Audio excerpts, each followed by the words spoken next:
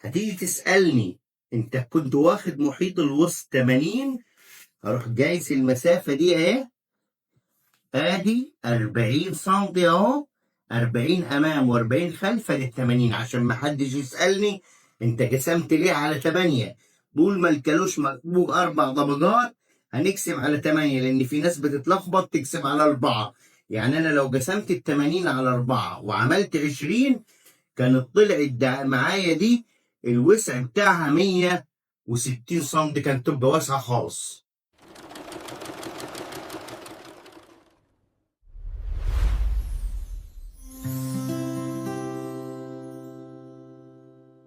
هنتعلم قص جيبة كالوش بكل سهولة. جيبة كالوش قصيرة تحت الركبة، الطول 70 سنتي. هنحتاج قماش كام؟ 1.5 متر. ركزوا عشان تستفادوا. ال1.5 متر بتاعي بالطول كده اهو، بالطول ادي البرسل، طول البرسل هروح طبقه طبقتين بالشكل ده اهو، هيبقى معايا من هنا مقفول كده اهو، واروح فارد على الترابيزه كده اهو، واروح مساوي القماش بتاعي بالشكل ده اهو، وبعد كده اروح طابق تاني كده اهو، عشان يبقى 4 طبقات معايا للكالوش بالشكل ده اهو. ركزوا يا جماعه.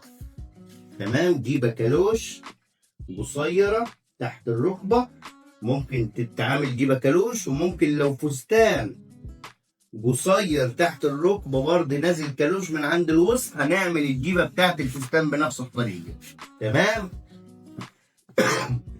طبقنا كده 4 طبقات. الناحيه دي اهي الزاويه بتاعت القماش دي اللي هي مقفوله من هنا ومن هنا، تمام، ومن هنا مقفوله اهو، من هنا تحت ده الجزء المفتوح، ومن هنا اهو طبقتين ل4 طبقات بتوع البورسل.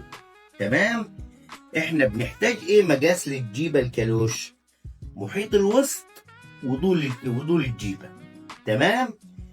لو انا هعمل الوسط بتاع فستان يبقى انا كده مش هركب استك. لو انا هعمل جيبه باستك يبقى هعمل حساب الوسع بتاع الاستك اللي فوق. انا هعمل وسط عادي، عندي محيط الوسط 80، انا طابق 4 طبقات عشان تديني بعد ما افردها 40 خلف و40 امام.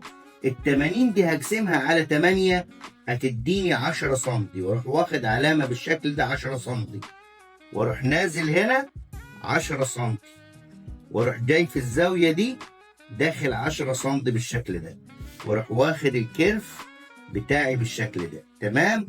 ده انا لو هعمل وسط فستان او الجيبه بكمر عادي. طب لو هعمل استك، بدل ما انا خدت هنا محيط الوسط وقسمته على 8 هاخد محيط الارداف واقسمه على 8 عشان يديني وسع واركب استك يلم معايا. مفهومه النقطه دي؟ مفهومه. يبقى لو هنعمل وسط عادي محيط الوسط هنقسمه على 8، لو هنعمل استك من فوق يبقى محيط الارداف هنقسمه على 8. خدنا الدايره دي، هنحدد بعد كده الطول بتاع الجيبه. تمام. هنيجي من هنا من عند النقطه دي ونيجي هنا نثبت المزوره بتاعتنا. عندي هنا الطول اللي انا عايزه اللي هو ال70 سم، واروح واخد علامه بالشكل ده، وثبت المزوره هنا برضه في الزاويه دي، واروح واخد علامه، وثبت المزوره بتاعتي برضه هنا، واروح واخد علامه. اهي افضل مثبت هنا كده اهو، واعلم عشان يطلع معايا كله مستوى واحد اهو. تمام اهو كده. هنا اهي خدت معايا العلامه دي، واروح موصل النقط دي ببعضيها اهي اهي. استنوا عشان تشوفوا الشكل بتاع الكالوش لما نقص كده. انا رسمت الكالوش بتاعي، هروح جايب المقص وقاصص بالشكل ده اهو، وقاصص الكيرف ده اهو. تمام اهو.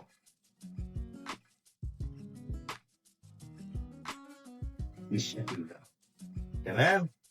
افرد الكالوش كده اهو، بصوا يا جماعه اهي، شايفين اهي، ادي الكالوش بتاعي.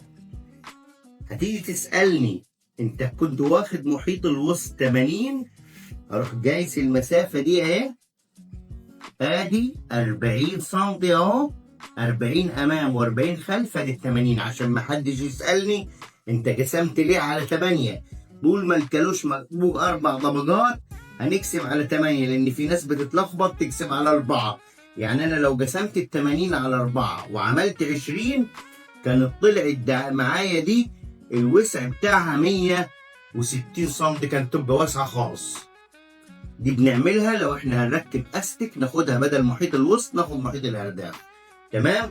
دي طريقه قص جيبه كالوش سهله بسيطه حلوه، تقدروا تعملوها للجيبه او تعملوها لفستان او لفستان. المقاسات تعملوها اطفال كبار زي ما انتم عايزين، بالطريقه السهله والطريقه البسيطه دي. اتمنى لحضراتكم التوفيق، اتمنى ربنا يكرمكم. تحياتي لحضراتكم وشكرا لكم.